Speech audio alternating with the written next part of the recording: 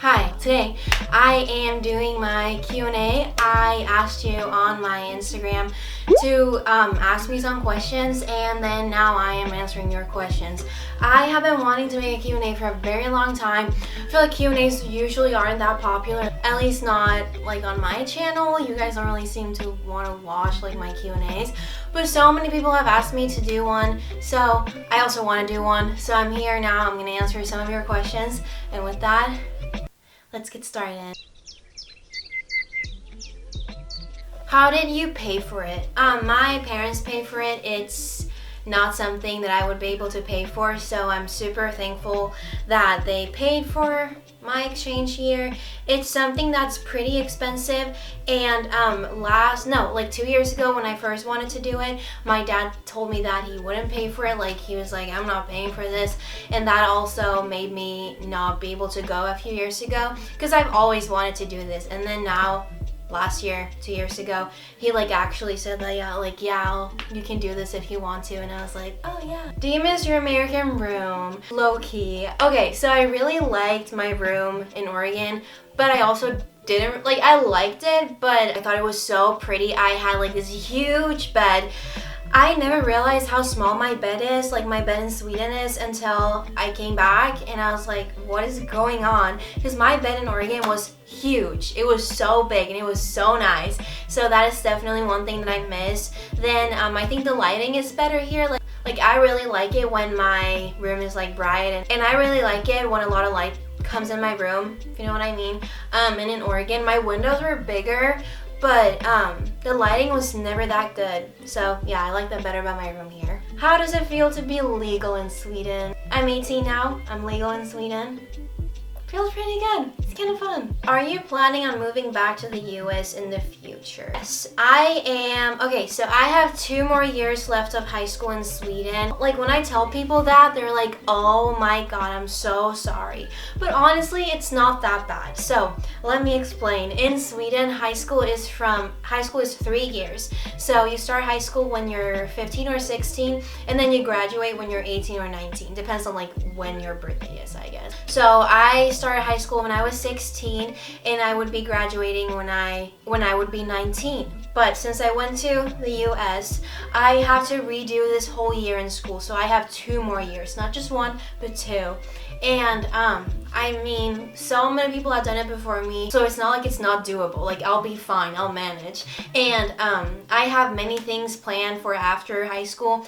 I am not gonna go to college right away, because that's a thing here in Sweden. You usually take a couple years off. The average person actually graduates from college in Sweden when they're 28.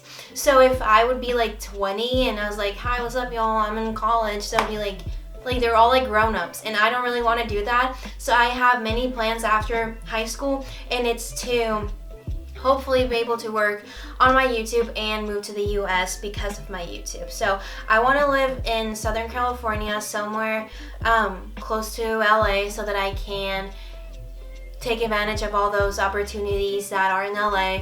We'll see what happens. That's my dream. I've always wanted to do that. So that is my dream. And I know that I kind of I wouldn't say I took a year off from YouTube last year, but I definitely didn't spend as much time on it. And that's also something that I want to talk about, but that's later in the video. But now I feel ready again. I have so much motivation, and I really want to do this. So we'll see what happens, but that is my plan. I want to, after high school, move to the US, see what happens. Also because I want to be with Piers. That's also you have asked me so many questions about him, and I'll answer all of them. So keep watching. How are you feeling now that you're back in Sweden? Okay, so at this moment, right now, I feel pretty good. I've been in Sweden for a week now. It's been pretty much a week. Right now, it's 12:27. Got here at 4 or 5 p.m. on a Wednesday, so a week. And I feel fine. The first couple of days were really hard, but now I'm just excited for things that are gonna happen this summer. I'm excited to do YouTube. I'm excited to see what the future holds. I'm just excited for everything. I feel pretty hopeful, pretty motivated, and I feel pretty good. Thank you so much for asking. So I'm so excited for this summer. In the beginning, last week, I was just thinking about all the things that I had lost, everyone that I left but now I'm thinking about like everyone that I can meet and everyone that I'll meet again. Pierce is coming here on July 11th, so in like a week. I'm so excited. And then my two best friends, Marissa and Sophie, are coming on July 23rd. So they're coming here and I'm so excited. I think with them coming, I will just be a lot more happy because right now I kind of have this feeling that last year didn't even happen. Since I left Sweden in the summer and now I'm coming back, or I came back in the summer, I just feel like it was like everything's the same in a way. Like I feel like nothing changed and nothing happened. So I'm like, my mind is like, I'm really confused right now. I keep thinking it's like the same as last summer, nothing really happened, and it's weird. But I feel like I also feel like I kind of have like a double life. Like I feel like I have one life here and one life in the US, which is normal. Like I get why I feel this way, but I think with them coming here, I will just feel like it's just one part, like just me. I don't feel like I have to have two parts of myself. There's just one. I hope that made at least some sense because I feel like it did. But you know what I mean? Like I kind of feel like I have a double life, but I don't. Like it's all me. And I don't have to feel that way. And I think with them coming here, I will realize that last year actually happened. Did you go to a lot of parties in the US? Okay, so I went with EF too. My exchange year was basically through EF. And their like policy is like no drugs or alcohol, like you have to always be safe, blah, blah, blah, blah, blah.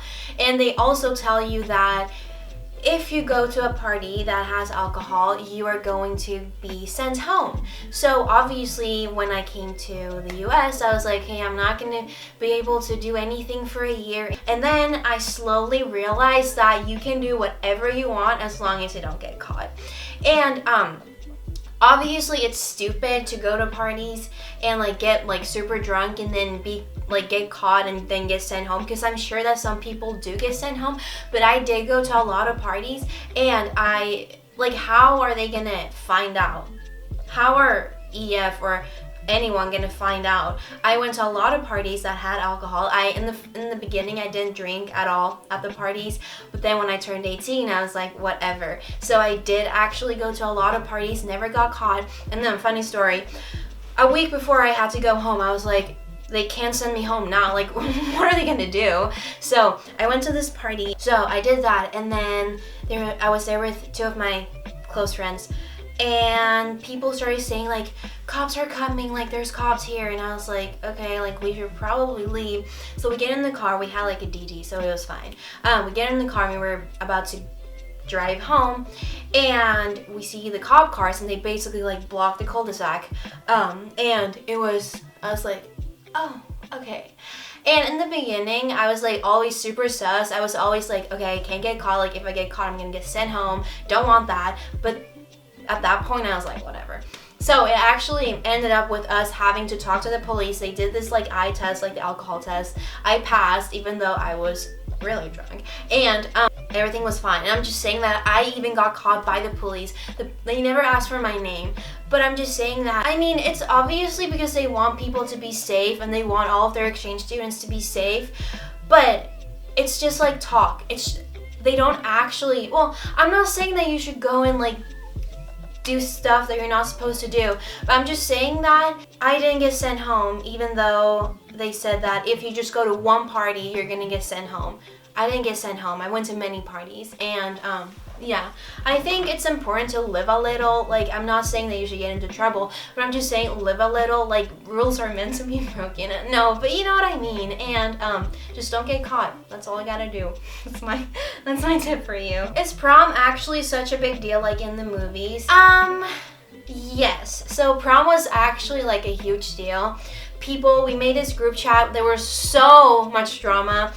The actual prom was not that fun. It was really hot. It was kind of like kind of cringy in a way. I didn't like it, but then the after party was fun. I think it's important to go with people that you feel comfortable with, or go out of your comfort zone and don't go. I don't know. I would say go with people that you feel comfortable with. I kind of did, kind of didn't. It's important to make it fun, and it can be like the movie, but don't have like too high expectations because it's still just a school dance. A lot of rules, no like super fun. But it was pretty fun. We had like a party bus too. It was fun. Yeah, it was fun. Do you miss all the freaks? I do. So I lived in Tualatin, which was this like suburban area, like 20 minutes from Portland, which is like a bigger city.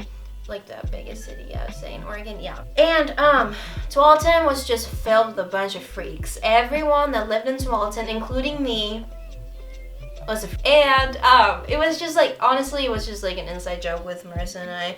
But yeah, I do miss all the freaks. I love you. Who was your best friend in America? So I got really close with a few people. I would say that throughout the year I had different friends and different like besties. I'm kidding when I say bestie, but whatever. I went through a lot of different friend groups because I changed a lot during my year, and I would say in the beginning I basically just hung out with whoever was available to me. I just was in desperate need of friends. And then as like later in the year, I actually was able to choose who I wanted to be with. So I got really close with Marissa, really close with Sophie. I was really close with Monacy and Mason. And the people that I hung out with in the end, like I actually really enjoyed hanging out with all those people. Like I really just love all of you. Okay, so what's gonna happen with Pierce? So if you don't know, Pierce is a boy. Very beautiful name, by the way. Anyways, and he and I met in April, and then we just randomly decided to go to prom together. I can make a whole video about that. And he's coming here. He's gonna come visit me. So let's make a boyfriend tie just for the fucks, you know? Why not? So yeah, he is coming here. I'm so excited. We're not gonna do long distance, I don't think, because to me, I feel like long distance just ruins things, and it's gonna make it feel like it's something you have to do and not something you want to do. So in my opinion, or to me, we have talked about it, but I guess it's not that clear. Anyways, I don't think we're doing long distance, but we are going to see each other as often as we can. So he's coming here in July, and then I am going to visit. I'm going back to Portland to see everyone with my whole family in October, and then he's gonna come here, I think, or I'm gonna go to him. We're gonna go somewhere on winter break, and then I'll be there. I'll be in Oregon, I think, like the whole summer, next summer. So we are basically not gonna do long distance because to me, I feel like that's gonna ruin things. It's gonna take the fun out of it, and it's gonna feel like something you have to do. He's going to college. I don't. You know what I mean? And I think it's better to just talk every day and like see each other as often as possible, and then just have it be something that's not like a must or something that becomes like a burden or something that becomes something that you have to do. I just want it to be like, I want to be with him in the future because I want to, and I don't want to have it be something that I have to do. Best and worst part of your exchange year. The best part was meeting all these people. I feel like I actually have met people that are so similar to me and people that I really enjoy being with, and that doesn't really happen to me that often, and I really feel like it did this year. Like I met people that just I had like a deeper connection with in a way, which is really fun, so awesome. And then the worst part was in the beginning, I did not have a car, I did not have a driver's license, and I'm not saying that you have to have a driver's license if you go on an exchange year, but if you do, like I would highly recommend at least trying to get it. If you go with EF, you can't get your license, or get it in your home country before you go, because it's so important to have a license in the US. You can't go anywhere without a car. And I lived pretty far away from my school, and like most of the people, our school district was like divided into like two groups, I guess. Not really, but like one part of the school was from this area that I lived in, and that was called like Tigard, and then the rest of the school was all in Tualatin. So they had like 5 minutes to school. They all lived super close to each other in the same neighborhood, and then I lived 20 minutes in the other direction, and it was awful. And then I feel like I didn't really have that many friends, because if you just meet someone randomly, you're not gonna be like, yeah, I can come pick you up 20 minutes away and then go all 20 minutes back. Like, no. So I didn't really go to places in the beginning, and I wasn't happy. I was not happy at all. And then during the winter, it was like really dark all the time. It was cold, it was rainy. I had like a really good friend that we just decided to break up our friendship. Basically, I don't know, not really out of nowhere, but I guess it led up to that. Anyways, whatever, I don't want to talk about that. And so I just got really, really, really, really, really sad. And I was just in a really bad place. And that was probably the worst part of my year, because I have never felt that way before. I've never felt sadness like that before, and it was really, really bad. And the only thing that made me get out of that place was getting my driver's license, because it was such a feeling of being free, like just the freedom of being able to go wherever you want, basically whenever you want. It's so nice, it's amazing. So that just made my whole year better. I feel like if I didn't do that, and I'm so thankful for like being able to do that and being able to drive a car, because it was my host mom's car. If I hadn't done that, gotten my license, I would have probably either hated myself for 6 months straight or gone home to Sweden. It was bad. I didn't really talk about it, but it was bad. And that started in January. Yeah. Well, it actually started before then, like way before then, but I kind of like pushed those feelings away. Do you wish you were placed somewhere else in America, or are you happy with Oregon? I love Oregon. I mean, I would love to spend a year in California, obviously like by the beach. That would be amazing. But Oregon is like my home now. Like, I love all the people. I love the area that I lived in. So I'm really happy with my placement. I could not be happier. I'm just happy that I didn't end up in like Nebraska. No hate towards Nebraska in any way, but I feel like as an exchange student, you kind of want to see more than just a small town. And I also like the West Coast more. Okay, so last question is, was it worth it? This year was the best year of my life. I wouldn't want to trade it in for anything else. This past year has been the best year of my life. Going to the US for a year was so good for me. I've learned so many things about myself. I have experienced so many things, and I have changed to the better, I think. As a person, I've matured. I've gotten so much better at speaking English. It was just the best year of my life. I can't really explain it. It's something that I feel like you have to experience for yourself, but it was totally worth it. It was the best year of my life. That's all, plain and simple. So that's it for my Q&A. I hope that you liked it. I haven't done a Q&A in a while, and it feels good. I love just talking. I could talk for hours. So if you want like longer Q&As, let me know. I feel like most people don't really want to stick around and watch for like 35 minutes. But I can sit and talk forever. I love talking.